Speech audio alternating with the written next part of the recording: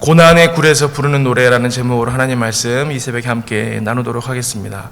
우리가 시편을 묵상하는 가운데 있습니다. 새벽에도 묵상하지만 여러분 시편으로 묵상하는 삶 같이 하시면서 또 묵상하고 계실 텐데요. 성경에 나오는 여러 권에 따라 문학적 장르에 따라 여러분 성경을 읽는 방법이 다릅니다. 여러분들 그것들을 좀 이해를 하고 성경을 보시면 좋을 것 같습니다. 일반적으로 여러분 시를 읽는 방법이 있죠. 시는 어떻게 읽습니까? 분석하고 해석하며 읽는 것이 아니고, 물론 그것도 필요하겠지만 공감하며 읽는 것입니다. 시는 공감하는 거예요. 여러분들이 시편을 읽으실 때 시편 노래하는 사람의 마음에 공감하려고 하시면서 같이 시편을 읽으실 때 또 이 시편이 원래 주는 목적대로 여러분들이 배움이 있고 영적 성장이 있고 또 은혜가 있을 수 있습니다. 전에 한번 그런 TV에서 봤는지 제가 기억이 정확하게 나진 않는데, 그 아이들이 수능 시험을 볼 때 언어 영역이라는 과목이 있습니다. 국어 시험입니다. 근데 거기에 보면 이제 시가 지문으로 나오는 경우들이 있습니다. 항상 있죠. 시가 꼭 몇 편씩은 나오고 시에 대한 문항들이 있습니다. 그래서 한 번은 이제 좀 재미있는 실험 비슷한 걸 한 거예요. 그 시의 실제 저자, 창작자를 찾아가서 그 시에 관련된 수능 문제를 가지고 시인 보고 풀어보라 그런 거예요. 당신 시 가지고 나온 문제인데 한번 풀어보십시오. 본인이 쓴 시니까 가장 잘 알 것 아니에요? 풀었습니다. 근데 거의 못 맞았습니다. 거의 다 틀린 거예요. 이게 제가 지금 시를 공감하면서 읽어야 된다는 그 근거가 되는 내용이죠. 여러분, 시인이 본인의 감성과 어떤 특정 상황에서 시를 썼는데 시를 분석하고 해석하는 입장에서 들어가잖아요. 그럼 원래 시인이 말하고자 했던 내용과 달라질 수 있다는 거예요. 여러분, 그것들을 분명하게 아셨으면 좋겠습니다. 또한 시편은 지혜서 중에 하나입니다. 지혜 문서 중에 하나입니다. 이 구약 성경에서 이 지혜서의 목적이 있어요. 신앙의 선배들이 삶에서 얻은 영적인 지혜를 후대에 전하는 책입니다. 그래서 여러분들이 이 시편을 읽을 때, 잠언도 마찬가지지만 우리 신앙의 선배들이 신앙 가운데 얻었던 통찰과 지혜들이 이런 것이구나, 그것들을 보면서 맞아, 하나님을 믿는다는 건 이런 거야, 맞아, 신앙으로 사는 삶은 이런 거야, 그런 경험들을 여러분들이 하시는 은혜가 있었으면 좋겠습니다. 오늘 읽은 시편은 34편은 22절로 되어 있죠. 22절. 여러분들이 그 시편을 읽다가 22절, 44절, 66절 이렇게 되어 있는 성경을 보시면 거의 그럴 거예요. 이게 아크로스틱 형식이라 그래서 알파벳 시입니다. 알파벳 시. 그래서 히브리어 알파벳 첫 철자 각 절이 알파벳 순서대로 되어 있는 거예요. A, B, C, D. 우리식으로 표현한다 그러면 1절, 그러면 가나안에 있었을 때 주님께서 도우셨다. 나에게 베푸신 은혜를 기억하라. 다 찬양한, 저도 잘하네요. 이런 식으로. 알파벳이 그러면 이제 히브리 알파벳에 따라서 1절, 2절, 3절이 쭉 나와서 알파벳이 22개거든요. 그래서 22절까지 있다 그러면, 히브리 알파벳 처음부터 끝까지 한 번씩 다룬 거구나. 44절이다 그럼 두 번씩 다뤘구나. 66절이다 그럼 세 번씩 다뤘구나. 이렇게 이제 아시면 됩니다. 여러분들 그렇게 이해하시면 좋을 것 같아요. 근데 이 알파벳이라 그러면 특징이 있죠. 알파벳이는 암송하기 좋으라고 만든 시인 거예요. 우리가 기억을 할 때 첫 글자 따라서 이렇게 외우는 경우들이 있잖아요. 그죠? 첫 글자 따라서 이렇게 쭉 외운단 말이에요. 그래서 알파벳 시 같은 경우에 후대들이 계속 묵상할 때 암송하기 좋았습니다.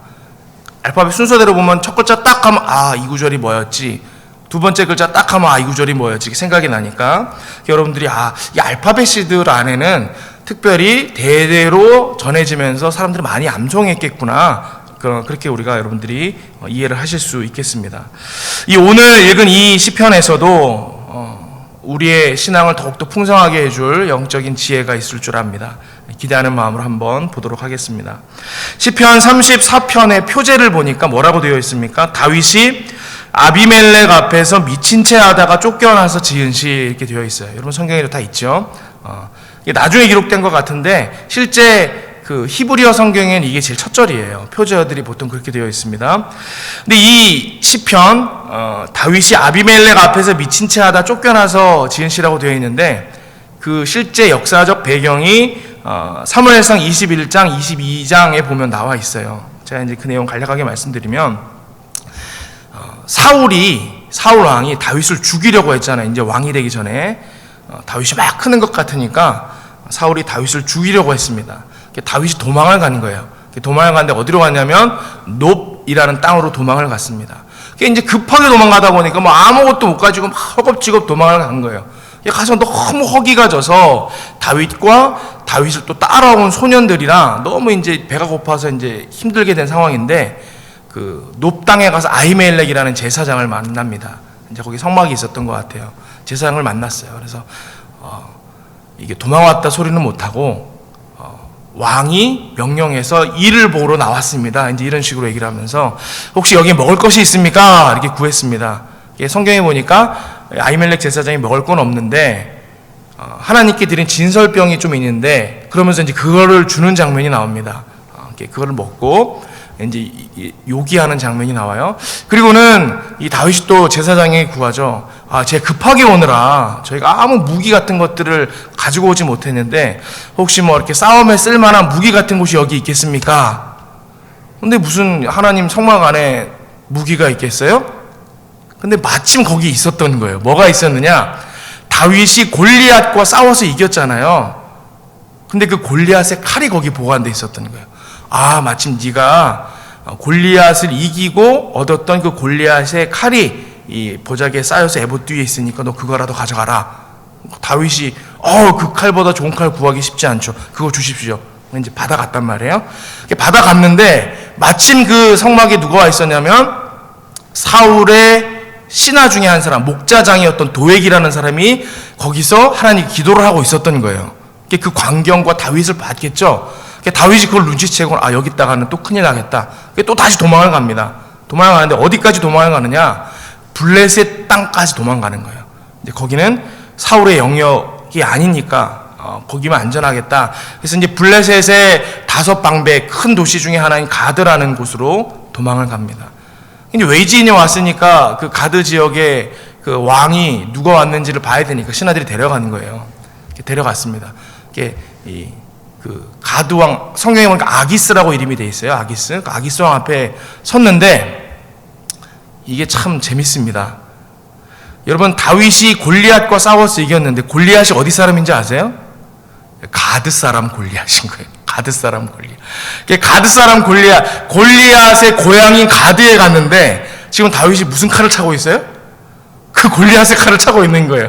그러니까 그 안에 있던 사람들 중에 알아본 사람이 있는 거예요. 저거 골리앗 죽인 다윗이다. 이 눈치 빠른 다윗이 그 상황을 인식을 합니다. 큰일 났다. 나 여기서도 죽겠구나. 그러면서 거기서 살아남기 위해서 기지를 발휘하는데 그게 뭐냐? 미친 척을 하는 거예요. 막 침을 막 질질 흘리면서, 성경에 보니까 수염에 침이 흥건하도록 흘렸다 이렇게 돼 있어요. 침을 질질 흘리면서 어기적 거리면서 벽을 이렇게 그적거렸다 이렇게 돼 있거든요. 이게 완전히 미친 사람 짓을 한 거예요. 이게 왕이 보다가 화가 나가지고 어디서 저런 미친놈을 데려와가지고 내 앞에 데려와니 빨리 내보내! 이제 이렇게 된 거죠. 그래서 다윗이 생명을 거기서 보존합니다. 도망 나와서 어디로 가느냐? 동굴로 숨는 거예요. 그게 아둘람 굴이에요.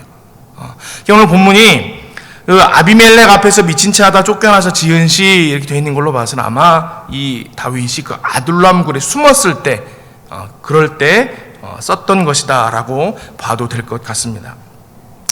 여러분, 이제 본문을 볼 텐데, 여러분 이 시는 어떻게 읽는다 그랬죠? 공감하면서 읽는 거예요. 이러한 상황에 다윗의 상태를 여러분들이 상상하면서 오늘 본문을 보면 좋겠습니다. 근데 1절을 보니까 그래요.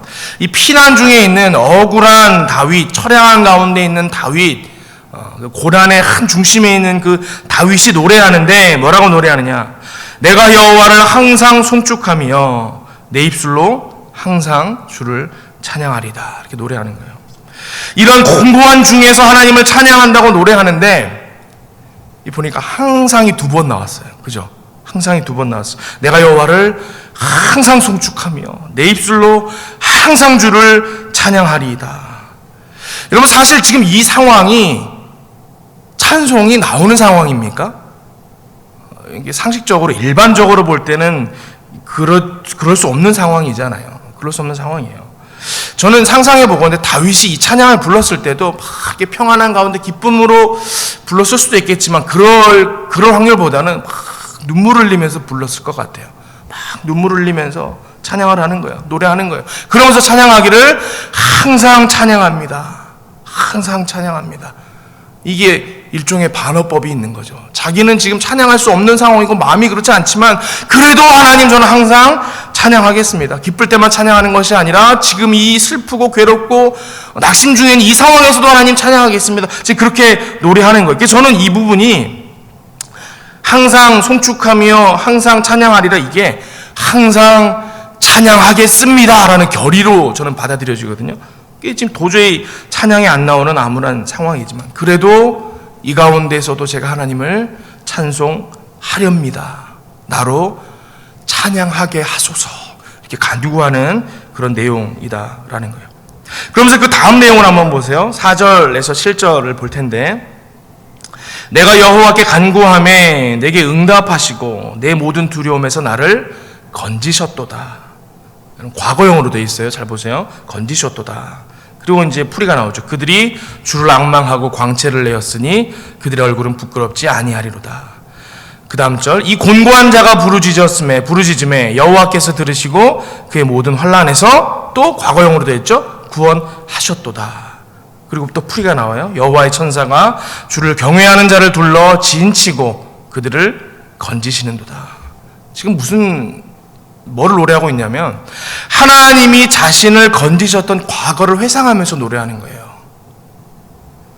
여러분, 이게 지혜서잖아요. 신앙에 지혜가 있습니다. 여러분, 고난 중에 있을 때, 찬송이 안 나올 때, 그러한 가운데 있을 때 우리의 마음을 다시금 하나님께로 돌이키고 다시금 소망을 품고 찬양하게 하는 일종의 신앙생활의 방법이 있는데, 그게 뭐냐면 하나님께서 지금까지 베푸셨던 은혜를 회상하고 나를 구원하셨던 그 사건들을 돌이키는 거예요. 그러면서 그것을 입술로 고백하는 거예요. 여러분, 이런 경험 해보신 적이 있으십니까? 제가 일전에 한번 또 새벽 예배 때 이런 말씀을 드린 적이 있었는데, 제가 이제 유학 끝 무렵에 마지막에 가면 이제 논문 쓰느라고 막 엄청 힘들거든요. 막 힘들게 쓰다가 이제 아이고 식구고 막 다 뒷전인 거예요. 빨리 이거 논문 마무리해야 되니까 막 논문 하다가, 제가 이제 논문 마지막 디펜스하고 딱 온 날 저희 아이도 너무 좋아하고 아내도 너무 좋아하고 막, 그래서 온 식구가 어깨동무하고 막 거실에서 막 춤을 췄거든요. 끝났다 막 좋아하고. 제가 야, 이 논문만 이제 디펜스만 끝나봐라, 이 패스만 해봐라, 그럼 남은 시간에 그동안 가족이랑 못했던 시간도 보내고 좀 여행도 다니고 한국 들어가기 전까지 좀 좋은 시간 보내다 가야겠다, 그렇게 마음을 먹고 있었는데 논문이 딱 끝났는데 마음이 편하지가 않은 거예요. 그때부터 어떤 상황이었냐면 마음에 이제 불안감이 찾아오기 시작했어요. 여러분이 잘 이해가 가실지 모르겠습니다. 제가 지금 이제 너무 좋은 영세의 교회에 이렇게 이미 와 있으니까 지금은 이제 이렇게 얘기할 수 있지만 당시에 너무 불안한 거예요. 미래가 이제 한국에 가면 내가 거쳐야 할 집도 없고 이제 빨리 임지가 정해져서 들어가야 될 텐데, 내가 미국에 있는데 어떻게 임지를 구하지? 한국에 어떻게 임지를 구하지?부터 막 여러 가지 복잡한 마음이 있는 거예요. 그래서 여기저기 이제 아는 분들 연락 다 인사도 한 번씩 드리고, 혹시 어디 또 교회에서 청빙한다는 공고가 올라온 거 없나? 그게 이제 그거 보고 있는 거예요. 그때부터 그게 시작이 되는데 마음이 편하지가 않은 거예요. 저는 인생을 살면서 뭐 더 힘들었던 순간들은 많이 만났지만 그렇게 미래가 걱정되거나 불안했던 적은 한 번도 없었거든요. 이상하죠. 그때는 그러더라고요. 너무 막 마음이 불편하고 힘들고 막 그랬는데, 저희가 마지막 이제 귀국하려고 뭐 임지가 안 구해진 상황에서 이제 귀국을 하게 됐어요. 비자랑 다 끝났기 때문에. 들어오는 상황에 마지막 밤에 식구들하고 가정 예배를 드리는데, 그래도 마지막 미국 생활을 마무리하는 시간이니까 식구들한테 이제 의미 있는 시간이 되면 좋겠다 싶어서 기도 제목을, 감사의 제목들 한번 적어보자 우리가. 그래도 이제 미국 생활 하는 동안에 하나님께서 베푸셨던 은혜들을 쭉 적어보자. 10개씩 20개씩 적어보자. 이제 우리 아이도 하고 집사람도 하고 저도 하고 쭉 이제 그걸 이제 예배 중에 읽는 시간을 가졌는데 보니까 은혜가 아닌 게 하나도 없는 거예요. 이게 미국으로 나올 수 없는 상황인데 하나님께서 정말 놀랍게 역사하셔서 공부할 기회를 얻었고, 미국에 오자마자 한 달 정도 됐을 때 제가 대형 사고를 냈거든요. 교통사고를. 그래서 차가 3대가 폐차가 됐어요. 제 차까지. 6명이 응급실에 가고, 제가 미국 오자마자 한국으로 다시 가야 되나 그런 위기를 만났던 적이 있었어요. 근데 그것도 아주 극적으로 하나님의, 이게 뭐 얘기하면 너무 복잡한데 아주 극적으로 전혀 경제적으로나 물질적으로나 다친 사람 없이 잘 마무리가 됐던 적이 있었어요. 뭐 전체 사건이 마무리했는데 6개월, 7개월이 걸렸지만, 그리고 제가 중간에 과정을 옮기고 석사에서 박사로 넘어가는 과정에 어려움도 있었고 막 있었는데, 또 저희 아이가 학교 적응하는 거 뭐 세세한 것들이 있었습니다. 근데 이제 그런 사건들이 다 얘기를 하는데 너무너무 감격이 되는데 어떤 고백이 나오냐면, 맞아, 그때도 포기했어야 되는 순간인데 하나님이 건지셨었네. 맞아, 그때도 실패하고 우리가 낙심하고 이제는 포기해야 되나 보다 그러고 있었는데 하나님이 그때도 구원하셨었네. 인도하신 여정이 다시금 보이는데, 좀 전까지는 불안하고 걱정되고 낙심한 가운데 앉았던 저희들의 마음이 감사와 감격으로 채워지기 시작하는 거예요. 하나님의 은혜가 보이고 손길이 보이기 시작하는 거예요. 저는 이 시편에 지금 다윗의 이 고백을 볼 때 저는 그때 그 기억이 확 나거든요. 여러분 신앙생활이 그래요. 여러분 꼭 그거 기억하시길 바랍니다. 낙심 중에 있을 때, 고난 중에 있을 때, 공고한 가운데 있을 때, 아무것도 안 보이고 기도가 안 나올 때, 지금까지 하나님께서 여러분 건지셨던 그 순간들, 구원하셨던 그 시간들 한번 떠올려 보세요. 그럼 우리의 마음이 다시금 하나님께로 돌아가기 시작합니다. 맞아, 지금까지 나를 인도하신 하나님이 이번도 이겨내게 하실 거야. 그런 믿음의 고백을 할 수 있게 된다라는 거예요. 오늘 고난 중에서도 항상 하나님을 찬양하리라 이 노래하는 다윗과 같이 지금까지 나를 인도하시고 구원하신 그 하나님의 역사를 돌아보고 다시금 새 소망을 품을 수 있는 저와 여러분들 되시기를 바랍니다. 오늘 시를 보면 또 그런 생각이 들어요. 이 참 다윗이 대단하다. 이 어려운 중에 어떻게 이런 찬양을 할 수 있을까? 이 시편 34편을 볼 때 놀라운 점이 저는 두 가지가 있더라고요. 첫 번째는 이 표제어가 없으면요, 그 아비멜렉 앞에서 미친 채 하며 도망 나와서 쓴 시라는 그 표제가 없으면 내용만 봐서는 이게 그때 쓴 시라고? 할 수가 없을 정도로 하나님을 찬양하고 그 은혜를 감사하고 감격하는 내용들로 가득해요. 이게 참 놀랍죠? 이게 그 다윗의 흔들리지 않는 깊은 영적인 견고함이 묻어나는 그런 시다라는 거예요. 또 한 가지 놀라운 점은 아까도 말씀드렸지만 이 시가 어떤 형식을 가지고 있어요? 알파벳 시 형식을 가지고 있다는 거예요. 저 이게 너무 놀라운 거예요. 여러분 한번 생각해 보세요. 이게 알파벳 순서에 따라서 씻고 노랫말을 만들려고 그러면 그냥 이게 저절로 되겠습니까? 책상 앞에 앉아가지고 이렇게 머리를 막 싸우면서 고민하면서 그 다음 절은 어떻게 쓸까? 이렇게 해야 될 것 같은데 막 이런 어려운 상황에 동굴에서 막 눈물을 흘리면서 부르는데 알파벳 시로 다윗이 노래를 불렀다라는 거예요. 이게 무슨 얘기인가 하면 그가 얼마나 평소에 찬양하는 삶을 살았던 사람인지, 왜냐하면 이게 알파벳 시가 당시 히브리 그 노래의 일종의 전형적인 형식이었기 때문에 찬양을 많이 하고 노래를 많이 부르는 사람들은 그 형식이 몸에 배어 있었다는 거죠. 이게 다윗이야말로 친정한 찬양의 사람이었구나. 그것을 깨달을 수 있는 대목입니다. 그런데 여러분, 이 다윗의 이런 찬양과 그 신앙의 고백이 나올 수 있는 배경이 어디 있겠습니까? 오늘 본문에 힌트가 있어요. 8절에 보니까 8절 우리 한 목소리로 같이 읽어보겠습니다. 시작. 그에게 피하는 자는 복이 있도다. 앞에 보니까 너희는 여호와의 선하심을 맛보아 알지어다 이렇게 되어 있어요. 뭐뭐 할지어다 이렇게 되어 있는 거는요, 명령어예요. 명령. 맛보아 알아라, 맛보아 알아야 된다 이렇게 말하고 있는 명령어입니다.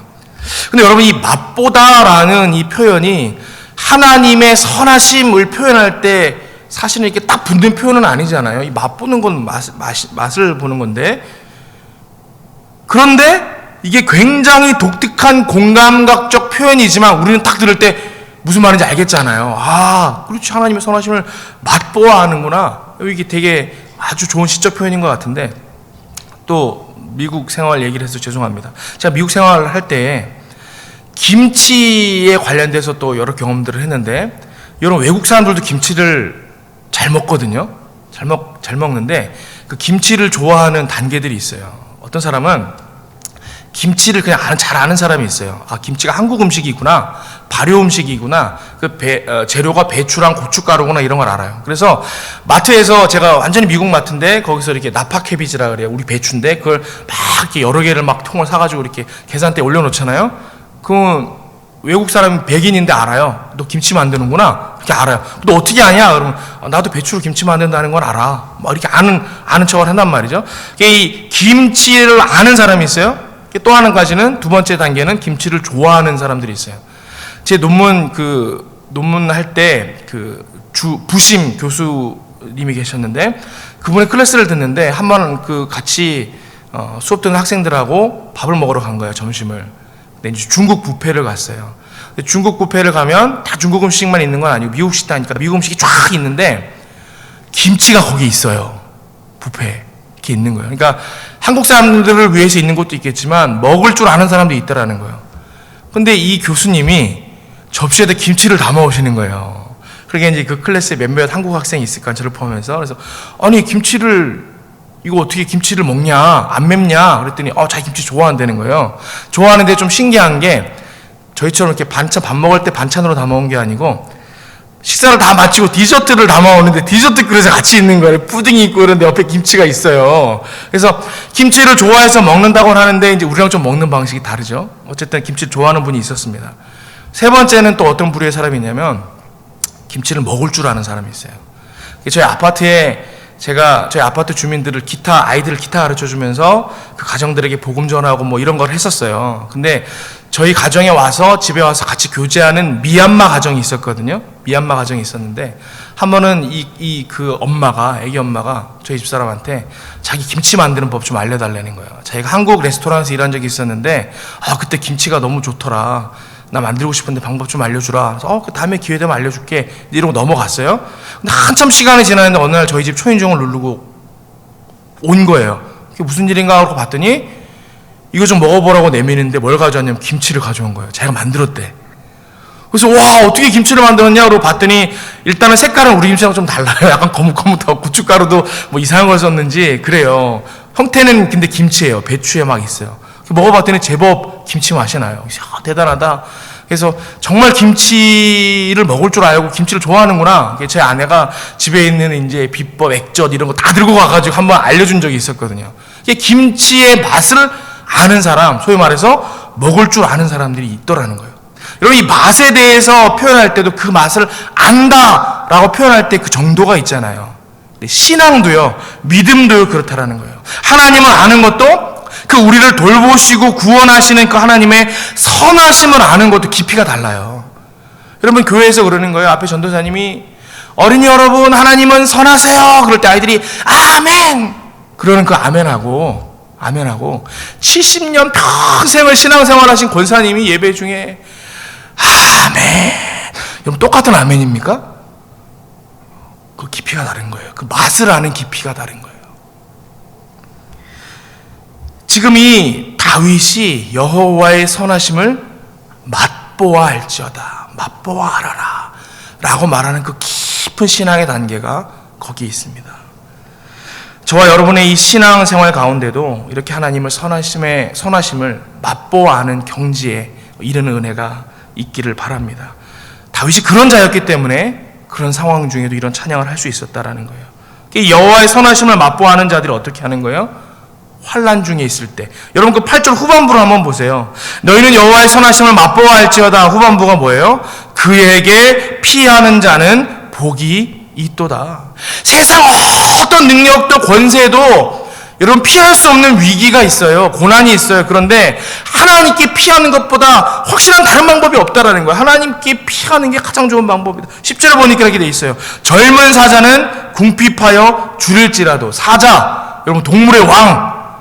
근데 새끼 사자도 아니고 늙은 사자도 아니고 젊은 사자, 그 강한 젊은 사자도 어떨 때가 있다고요? 궁핍하고 줄일 때가 있어요. 그런데 10절 후반부에 여호와를 찾는 자는 모든 좋은 것에 부족함이 없도다. 여호와께 간구하는 자들은 배만 안 고픈 게 아니고 모든 좋은 것에 부족함이 없다라는 거예요. 할렐루야. 이 다윗의 고백이 저와 여러분의 고백이 될 수 있기를 바랍니다. 오늘 17절 18절 말씀을 마무리하면서 이 두 절을 더 볼 텐데 뭐라고 되어 있냐면 의인이 부르짖음에 여호와께서 들으시고 그들의 모든 환난에서 건지셨도다. 여호와는 마음이 상한 자를 가까이 하시고 충심으로 통회하는 자를 구원하시는도다. 상한 마음, 통회하는 마음 하나님께서 더 긍휼히 여기시고 품으시고 건지신다. 그렇게 말씀하고 있습니다. 이 믿음 가지고 오늘도 어려운 인생 가운데 있을지라도 하나님만 찾고 하나님께만 피하고 그 하나님의 선하심만 의지할 수 있는 저와 여러분들 되시기를 바랍니다. 함께 기도하겠습니다. 아버지 하나님, 환난 중에 있을 때, 어려움 중에 있을 때 우리는 경험하지 못했지만 그 이루 말할 수 없는 억울함 가운데 있었던 다윗이 하나님의 선하심을 맛보아 알아 찬양했던 이 노래를 우리가 함께 묵상하였습니다. 이러한 신앙에 깊이 있는 감격의 고백이 우리의 삶에도 동일하게 있기를 원합니다. 그리하여 환난 중에 있고 고난 중에 있을지라도 하나님의 선하심을 의지하여 하나님께만 피하여 구원의 은혜를 경험할 수 있는, 누릴 수 있는 믿음의 백성들로 우리를 삼아 주시옵소서. 감사드리며 이 모든 말씀 예수 그리스도의 이름으로 기도하옵나이다. 아멘.